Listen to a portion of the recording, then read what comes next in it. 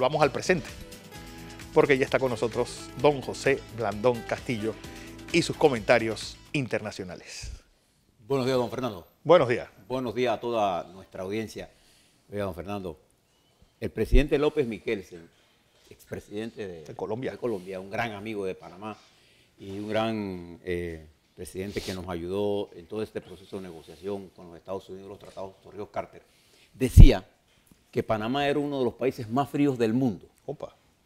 Porque tú entrabas a cualquier lugar y estaban los aire mire, acondicionados. ustedes vienen y me reciben en un avión que viene frío. Vas a un aeropuerto que está frío. Me montan en un carro que está frío. Vamos a un hotel que está súper frío. Vamos a las oficinas del presidente, está frío. Vamos a la oficina de Omar Torrijos, está fría. Todo está frío. Me recuerda hoy porque Katy Dolanda, que está aquí con nosotros, está muriendo de frío porque este estudio está frío. Súper frío. Súper frío. Pensar se congela uno. Así que vamos a ver. Congelan hasta las ideas. Hasta las ideas se le pueden congelar. Oiga, don Fernando, ahora que usted habló de Luis Cambín, en estos días, el subsecretario del Partido Popular de Comunicaciones decía a los catalanes que pensaran lo que estaban haciendo, no le fuera a suceder lo que le pasó a este dirigente catalán. Que lo terminaron fusilando. Que fue capturado por las fuerzas de Franco, torturado y fusilado. Yo no entendí qué es lo que quería decir. Se le dieron Y el mensaje después tuvieron que corregirlo, ¿no? Porque me pareció que se le había ido la mano en pollo. Para que usted vea las cosas de la historia, por eso es bueno. Aquellos que olvidan su historia tienen la alta probabilidad de volver a repetir sus errores. Pero yo quisiera, en este plano internacional, Fernando, estimados televidentes, hacer un llamado ferviente a la comunidad internacional por el drama con que está pasando la isla de Puerto Rico. En este momento en que yo le estoy hablando, con los datos que tengo de anoche, fíjese la situación de Puerto Rico. 83% de la población, desde que Irma pasó, hace más de 3 semanas y media, está sin luz. Ahora póngase usted a pensar, cierre los ojos y supóngase que la luz se vaya y en vez de venir en 2 horas, media hora, 15 minutos, 6 horas, cuando ha pasado aquí, que todavía le pasen casi 20 días y usted no tenga luz. Y la mitad de la población de Puerto Rico está sin agua potable.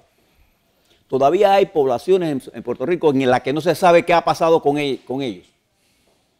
Y los muertos que antes se decían que era 16 cuando estuvo el señor Trump por allá, hoy se elevan a 45, a 49, porque 5 son por enfermedades, porque al no haber luz, hay una deficiencia en el tratamiento de las enfermedades crónicas, la escasez de agua, de alimentos, la escasez de todo, e incluso hasta de esperanza. En Puerto Rico es una cosa alarmante lo que está ocurriendo en este momento. Y para hacer más profunda esta desolación, ayer el presidente Trump en uno de sus tweets dice que sus fuerzas de FEMA, de la agencia que encarga de estos problemas de huracanes y desastres, no puede permanecer por siempre, nada más llevan 2 semanas. Y se olvida el presidente Trump que en el caso de Katrina, que eso fue casi 10 años, ¿no así? Todavía la ayuda federal pasa para los damnificados de Katrina. Y aquí han pasado 2 meses y medio en Puerto Rico. Y el presidente Trump como que no perdona que lo critiquen. Y quiere quitarle la ayuda a Puerto Rico. Eso sería criminal. Pero lo más importante de todo esto es que de esta miseria humana que está ocurriendo, este dolor, este drama humano que está ocurriendo en Puerto Rico, nosotros nos estamos olvidando. Y ahí está muriendo gente que no se va a tener que cuantificar por gente que está enferma, que no tiene acceso a la medicina. Y están mandando médicos ahora que están llegando. La preocupación es las enfermedades, como siempre. Enfermedades que estaban controladas en Puerto Rico. Puerto Rico está en los peores momentos de su historia. Incluso, ¿ustedes se acuerdan de aquella canción Lamento Borincano? Lamento Borincano. Bueno, está peor que la época de la depresión. Este es el desastre más terrible que haya pasado la isla Borinquen y que creo que haya pasado un país. ¿No? Nada más póngase a pensar que usted esté sin luz por casi 4 semanas y no tenga alimento. El pánico, la desesperación cunde en Puerto Rico, de manera que elevo mi solicitud de solidaridad. Ojalá el presidente de los Estados Unidos se esté escribiendo tantas tonterías. Estamos bregando con ciudadanos norteamericanos. 3 millones y son norteamericanos por decisión de los Estados Unidos, porque ellos fueron los que le dieron e invadieron la isla. para que estemos claros en lo que está ocurriendo. Dramático la situación. Le vuelvo ahora al contexto más global. Dentro de unos minutos, ahora quizás, el presidente de los Estados Unidos, Donald Trump, deberá anunciarle al mundo su política con respecto a Irán. Ahora usted se preguntará, bueno, ¿y qué le importa a Panamá a Irán? Bueno, Irán es un productor importante de petróleo. Su entrada al mercado es lo que ha bajado el precio. Es lo que bajó drásticamente el petróleo, para que usted tenga una idea de lo que estaba ocurriendo. No, su anuncio de entrada solamente. Sí, ya pero ya cuando entró, se mantuvo por debajo. Nosotros tuvimos casi parte de la baja inflación que tenemos nosotros aquí, esta caída dramática del precio del petróleo.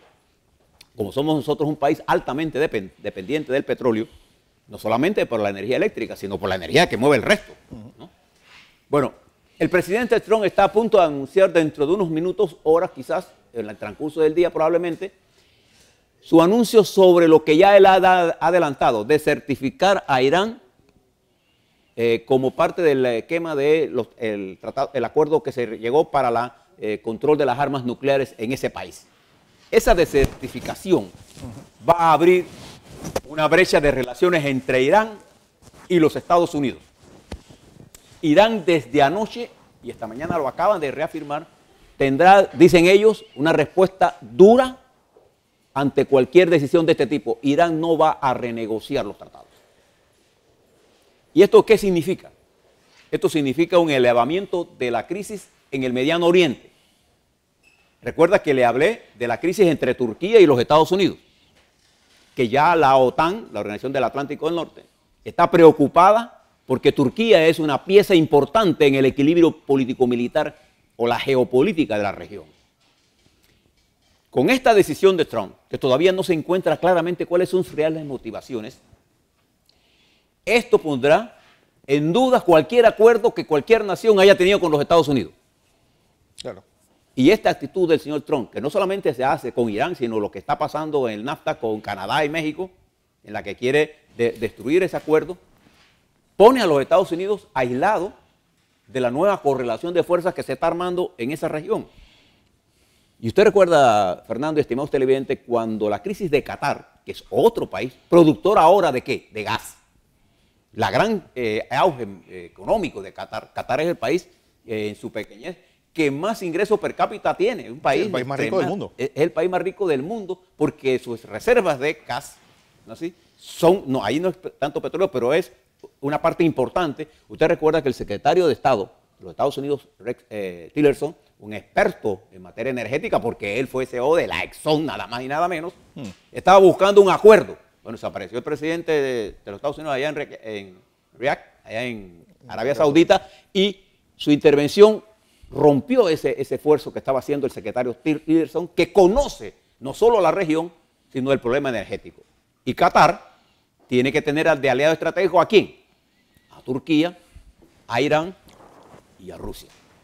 Entonces, a nuevas relaciones que se está dando con una Siria prácticamente bajo el control ruso, el 90% del territorio sirio ha sido liberado de las fuerzas islámicas radicales para pasar a control del ejército sirio-ruso. Y deja el espacio que necesita Rusia para hacer su comercio.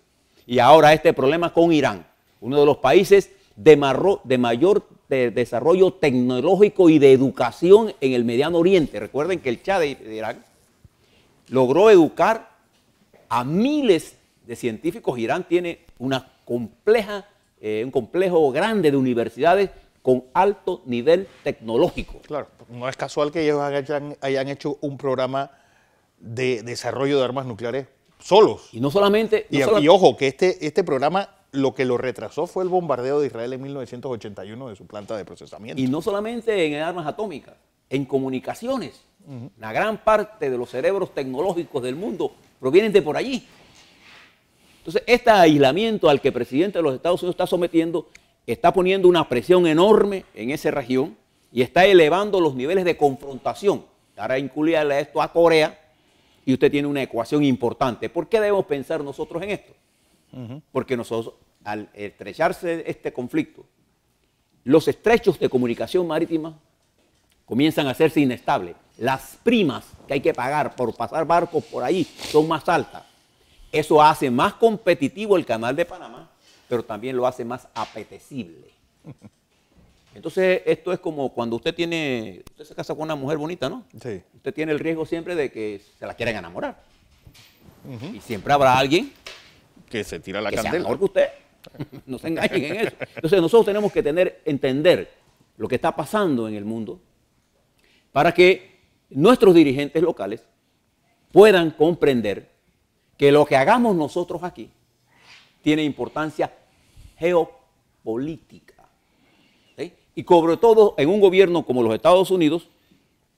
Y fíjense lo que hizo el gobierno de los Estados Unidos ayer. Se sale de la UNESCO porque consideran que la UNESCO no tiene un juego justo con Israel. El teatro de lo absurdo, le llamamos. Entonces, sí. Y esa posición hoy se va a quedar reforzada con una administración norteamericana que se aísla de Irán y se queda solo con Israel.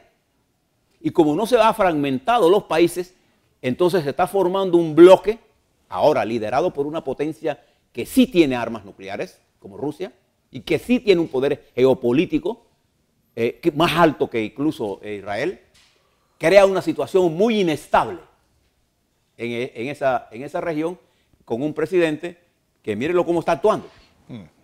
Estas son cosas que nosotros le debemos prestar atención, porque mientras eso ocurre, las informaciones que nos están llegando ahora con más detalles nos están indicando que Rusia y Corea del Norte acaban de... Rusia, ya tenemos más información sobre los ataques cibernéticos que Rusia planeó contra los Estados Unidos y contra países. Y Corea del Norte está amenazando y tiene capacidad cibernética de poder afectar a Corea del Sur y afectarnos a nosotros. Así que tengamos atención a lo que está ocurriendo, porque, vuelvo y les reitero, yo les decía a ustedes que nosotros compitiendo con el canal de Suez. ¿Dónde está el canal de Suez? Párese en el mapa y mire dónde está. Está en esa región. Ese es nuestro principal competidor. Bueno, nosotros hoy, nuestro canal ampliado, ¿gracias a qué? A la visión que nuestros dirigentes tuvieron para primero hacer el canal nuestro, segundo, ampliarlo, ofertarnos un nuevo producto al mundo que compite eficazmente en un año con el canal de Suez. Compite y es más eficiente que el canal seco que va del este a oeste, oeste a este de los Estados Unidos. Eso somos nosotros. Entonces, este es lo que quería plantearle en el día de hoy, porque análisis similar le voy a hacer a lo que está pasando el estado de ánimo del país, porque nosotros, entendiendo lo que ocurre en el mundo, Fernando, comprendiéndolo, podemos tomar decisiones sabias. Aquí no hay que tomar decisiones apresuradas, hay que tomar decisiones sabias. Las decisiones sabias se toman con pensamiento, con información, con sentido del futuro, con sentido de cuál es nuestro nivel de responsabilidad, de qué tamaño somos, no pensar que somos la superpotencia, y cuál es nuestra contribución. Panamá siempre ha jugado, cuando nosotros apostamos a la neutralidad del canal de Panamá, en un marco en la que estaba definido entre el comunismo y el capitalismo, nosotros apostamos que el mundo se iba a mover de los extremos hacia otra posición. Hoy el mundo está en otra posición, pero nosotros apostamos ¿a qué? A la neutralidad permanente, es decir, no somos neutrales e indiferentes a lo que pasa en el mundo, somos neutrales activos, es decir, hacemos y luchamos por la paz, no hacemos y luchamos por la guerra. Y finalmente, habrá elecciones en Venezuela. Nosotros que vamos a darle cobertura a las elecciones locales aquí de Cambio Democrático, le estaremos informando el domingo de lo que ocurra en esas elecciones, porque también tiene importancia. ¿Por qué? Porque es otro país petrolero. Y a nosotros todo lo que sea energía nos interesa. Nos debe interesar. Comentarios nacionales. Don José Blandón. Oiga, don Fernando, Katy, hoy es el día del huevo. Y yo quisiera aprovechar la oportunidad para enviarle mis saludos y respeto a los hombres y mujeres que trabajan día a día en esta industria, que desde el punto de vista de su desarrollo comercial y técnico es el pilar del sector agropecuario. Hoy, Sin lugar a dudas. el sector avícola constituye, desde el punto de vista tecnológico, desde el punto de vista de su peso en generación de riqueza, de empleo, una rama la más importante del sector agropecuario y la más tecnificada. De manera que mis saludos, consumamos el producto nacional. Y en este no solamente el sector avícola, sino la organización del sector avícola, su organización, la NAVIT, es una de las instituciones más poderosas y más preocupadas por la formación técnico-científica de sus productores. Y han logrado estructurar un negocio, un agronegocio en la que participan en todos los niveles. Sí. Y hay mucha gente joven trabajando en ese sector, con alta tecnología. Le encontraron la razón de ser al pollo, es decir, ahí no se pierde nada. Sí. Y además... Hasta cemento se está haciendo de las plumas. Si usted quiere tener una política agropecuaria exitosa, mire lo que se ha hecho con éxito. Ese sector, igual que el sector porcino, que también ha avanzado tecnológicamente, u otros sectores también en el sector agropecuario, son los que debemos utilizar de ejemplo para saber lo que tenemos que hacer. Es un sector que requiere un replanteamiento de políticas que nos permitan a nosotros lograr el éxito que ellos lograron. Ese es un sector altamente competitivo y que tiene competencia, e incluyendo competencia desleal, para que estemos claros en lo que estamos hablando. Mira que mi saludo y mi respeto a todos los hombres que hoy están trabajando y va a haber muchas actividades. Lo de ese pollo congelado que pretenden meter como si fuera fresco, la competencia es desleal y es deber de una nación defender a su sector, sobre todo el sector agropecuario. Sí. Bien. En fin. Hoy es el día del huevo, así que consuma lo que el país produce. Exacto. Pollo fresco nacional. Eso es lo que tiene que pedir usted. También quería decirle unas palabritas al director nuevo del IDAN. Juan Felipe de la Iglesia. Juan Felipe de la Iglesia, que dice que acepta algo que es complicado. Bueno, la verdad es que usted lo primero que tiene que tener en la mente qué es el tiempo y qué quiere hacer usted en ese tiempo. Sí. Le voy a dar el tiempo desde el punto de vista administrativo y político. El IDAN necesita acciones suyas en dos líneas, en la línea estratégica y en la línea táctica. En la línea estratégica necesita dotarse de una legislación que le permita hacer una empresa, si es estatal, 100% autónoma. Si usted la quiere privatizar, le adelanto que no lo va a poder hacer. Para que no se esté perdiendo el tiempo en pendejada. Pierda tu tiempo. No, ni pierda su tiempo en pendejada, porque no lo van a dejar. Y si la quiere priorizar parcialmente, tampoco. Así que vamos a quedarnos en el camino en que estamos. Usted tiene de aquí a que lo ratifiquen hasta mayo del 18 para preparar lo que sería su aporte estructural al IDAN, que es una nueva legislación. Necesitamos una autoridad del agua, un IDAN empresarial con autonomía, con presupuesto, pero con propuestas de cómo va a manejar esto. Necesitamos un IDAN que defina cuál es su política financiera, cuál es su política tarifaria, cuál es su política de operación y mantenimiento, cuál es su política de prioridades, y que centralice todas las acciones, porque aquí hay tantas entidades de agua como se le ocurre a cualquier presidente que llega. Crea cualquier organización y entonces todo el mundo mete la mano aquí. Entonces tiene que haber una autoridad regulatoria y ejecutoria de esta política. Entonces en el corto plazo usted tiene un presupuesto que ya está casi aprobado. Hay pocas cosas que usted puede, y no esté prometiendo lo que no puede hacer. La primera cosa que tiene que saber es con cuántos recursos tiene usted. Y usted no puede manejar el IDAN si no tiene acuerdos con su fuerza laboral. La primera cosa que debe saber. Y la segunda cosa es que saque las acciones políticas partidarias de lo que es una institución. Porque entonces llega usted al IDAN y lo primero que le hace el jefe de Relaciones Públicas, usted no le puede hablar a los medios. Entonces, si usted aceptó el puesto de director del IDAN, señor director, la primera cosa que usted debe entender, que usted es un funcionario 24 horas al día, sí. 7 días a la semana. Y usted no habla a través de comunicado, su presencia, porque se esconden los directores, no quieren hablar, hay que enamorarlos. Entonces, si usted no quiere ir, usted no le gusta tan los medios, rechace su nombramiento. Usted está siendo jefe de una entidad, de una institución altamente pública, de un bien que es imprescindible para la vida. Usted se debe a los usuarios. Cuando el agua se va, la gente no quiere saber qué pasó. La gente quiere saber cuándo viene. Entonces usted tiene que estar todos los días de Dios, no un mensajero suyo. Usted. Y no se vaya solo a un medio, hable con los medios que tenemos influencia en la opinión pública. Y son todos, todos. Entonces usted tiene que revisar qué se hace bien y qué se hace mal en el IDAN. Cuánta plata tiene y cuánta plata no tiene. ¿Qué tiene para operar y mantener el sistema? ¿Cómo están los proyectos? Usted necesita tener gente que sepa de administración de proyectos. De manera que usted no se complique la vida. Tiene de aquí a mayo para pasar la ley. Si no la pasa, olvídese que una vez que arranque el proceso electoral, aquí nadie le va a parar bola a usted. Más nadie va a querer quemarse por nadie. Por eso.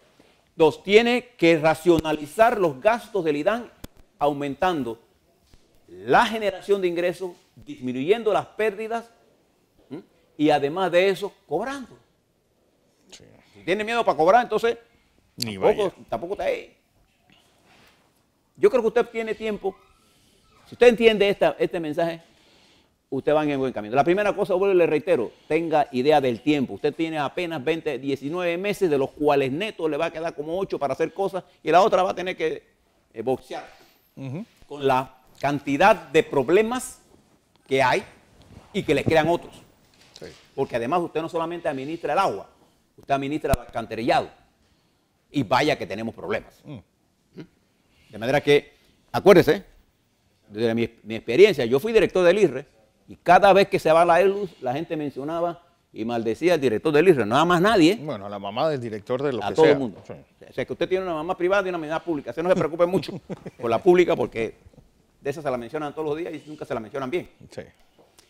Así que en cualquier cosa, este medio está a la disposición suya para lo que usted necesite de comunicar. Ya usted si lo quiere utilizar bien o no. Bien. También este domingo son las elecciones de Cambio Democrático. Le vamos a dar cobertura a ese evento que va a ser importante en la correlación de fuerzas que se genera a lo interno de ese partido y de la unidad que genere su accionar del domingo para ver qué va a pasar en el futuro. Ahí se abre, digamos, una parte importante. Se cierra un capítulo y se abre entonces el camino ya electoral para Cambio Democrático. Posteriormente vendrá el PRD y vendrán otros partidos. Pero yo quería hablarle de algo, digamos, darle alguna explicación sobre el estado de ánimo de nuestro electorado, del país. Porque noto mucha gente que no le gusta hacer las concatenaciones, los enlaces, qué está pasando, qué es lo que ha venido pasando. ¿Usted recuerda, Fernando, para hacerle una perspectiva, en el año 2016, ¿usted se acuerda del año 2016 qué pasaba en enero? Por enero nos sorprendió a nosotros con la pugna de los dos magistrados estos que nombraron y la pugna por la presidencia de la Corte Suprema de Justicia y todo lo que pasó. Y seguidito de esa, unas 2 semanas después, el presidente habla de la penetración del narcotráfico, ¿dónde? En la Asamblea Nacional. ¿Se recuerdan de ese enero? Fue un enero negro. Negro. Y como si fuera poco, por ahí por abril, marzo, estalla el caso de los papeles de Panamá. Abril. En abril. Fue una andanada internacional 3 de abril. Que nos sepultó en información negativa. Y en mayo, estando el presidente en los Estados Unidos en el 16, sale el caso de la lista Clinton, dirigida a destruir el imperio económico de los de Wackett. Y los efectos que eso tuvo y tiene en la economía nacional. La lista Clinton, estando el presidente Varela en los Estados Unidos.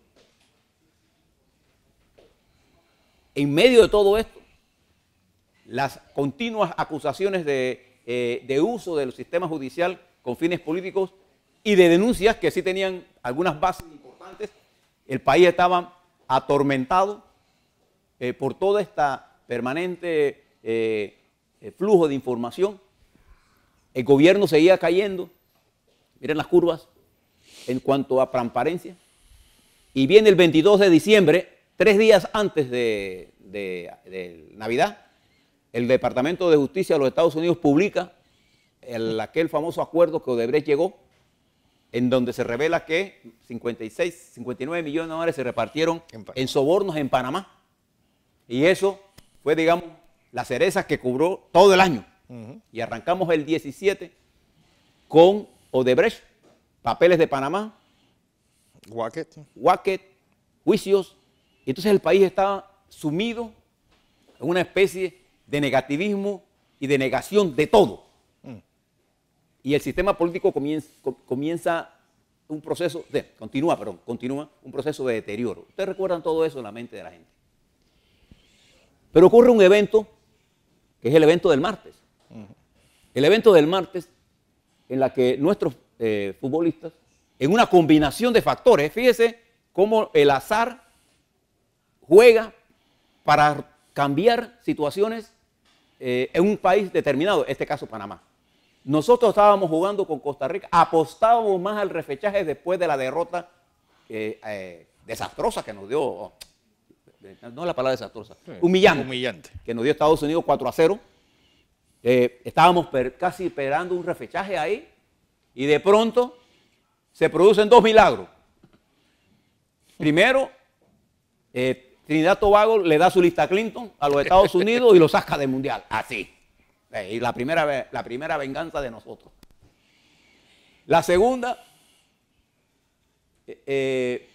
Honduras le gana a México y teníamos nosotros un pie afuera ya.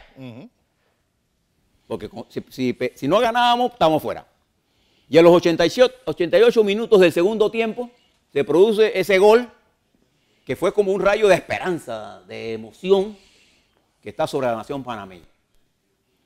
Y el país se ha volcado, digamos, Fernando, en una éxtasis de felicidad, porque esta es la primera noticia positiva En años. en años. No hablo de la economía, no, porque la economía es importante, pero a la gente común y corriente como nosotros, como usted y como yo, a nosotros nos interesan estas cosas.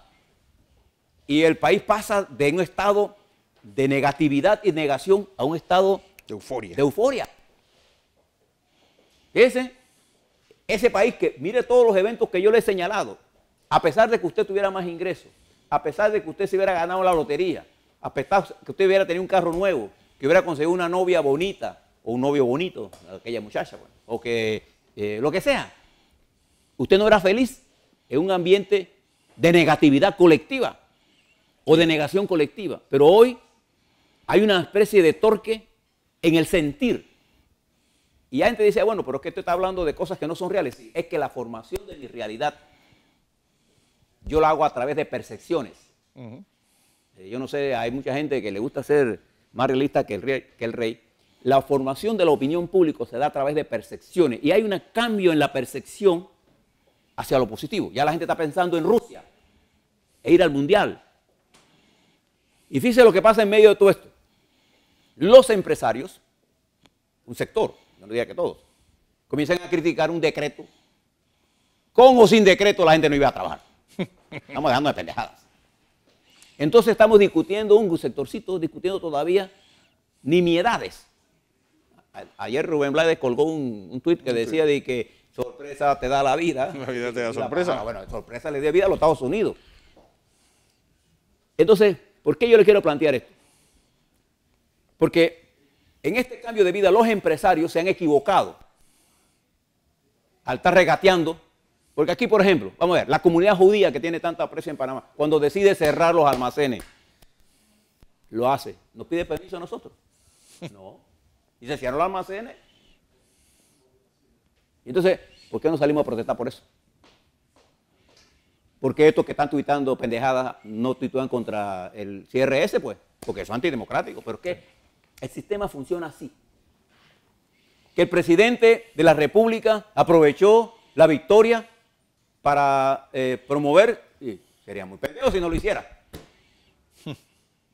Entonces, yo pienso que nosotros debemos entender por qué Panamá hoy,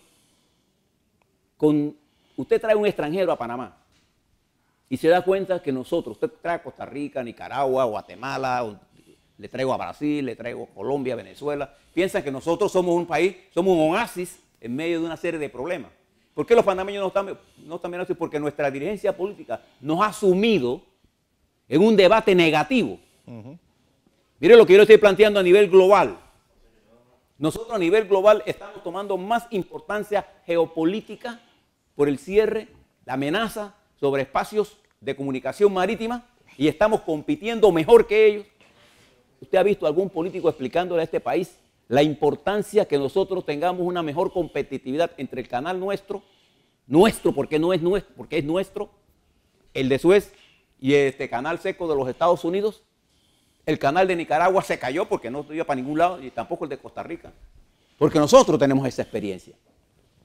Y lo que quiero plantearles es que vienen meses donde van a atentar contra este estado de, digamos, de cambio en la opinión pública. Y quisieron llamado a nuestros dirigentes políticos, tanto los que están en el Poder Ejecutivo, Legislativo y Judicial, que entiendan esto que está ocurriendo en el país. Porque entonces aquí, fíjese la pugna tan miserable, para decirlo de una forma, que se está dando entre los dirigentes del béisbol y del fútbol, ¿no? Todos los deportes en Panamá le han dado al país momentos y épocas de brillo y en la cual nosotros nos hemos sentido orgullosos. ¿Quién no se sentía orgulloso del equipo de basquetbol de Panamá, donde jugaba el Mago Rivas y David Peralta? Sí, Pedro Rivas. Pedro Rivas. Guillermo Rivas. Usted le dio un nombre que decía que Sí, usted no... porque como le decía Ñito, yo... que usted no jugaba ni yo-yo, ni baraja. ¿Quién no se sentía maravillado, por ejemplo, cuando Humberto Robinson lanzaba en los Bravos de Milwaukee, o Héctor López fue campeón bate en una serie mundial con los Yankees de Nueva York? Cuarto bate. Cuarto bate. O San Guillén, Omar Moreno, Rocarú, para mencionar, todos estos muchachos nuevos, Mariano Rivera, en fin. O los boxeadores nuestros, o nuestros talentos médicos, nuestros cantantes, o Rubén Blades, para decirles cualquier. Sí. O sea, nosotros, el deporte nos ha brindado a nosotros momentos de gloria, incluso épocas de gloria y épocas de rabia, porque somos fanáticos. Bueno, es que de eso va el deporte, de frustraciones y de alegría, más frustraciones que alegría. El deporte es como el amor, momentos de gloria, momentos importantes de felicidad y momentos de rabia y de ira. Pero ponerse a discutir qué ha dado más, hoy el fútbol llegó a la cúspide de su desarrollo. No, ha llegado a un paso importante para brindarnos en el momento adecuado una retoma del camino en la búsqueda del bien común. Eso es lo que quería plantearles hoy. Entonces, todas estas discusiones insensatas para mí, al margen de la opinión, pregúntele a cualquier panameño o panameña, de cualquier nivel, si esta discusión con respecto a los decretos, que ya pasó, ya tiene ninguna importancia. E incluso, me decía un vendedor de periódicos al que yo le compro todas las madrugadas, me dice: oye, señor Blandón, dele plomo a Trump. Y digo: ¿y eso por qué?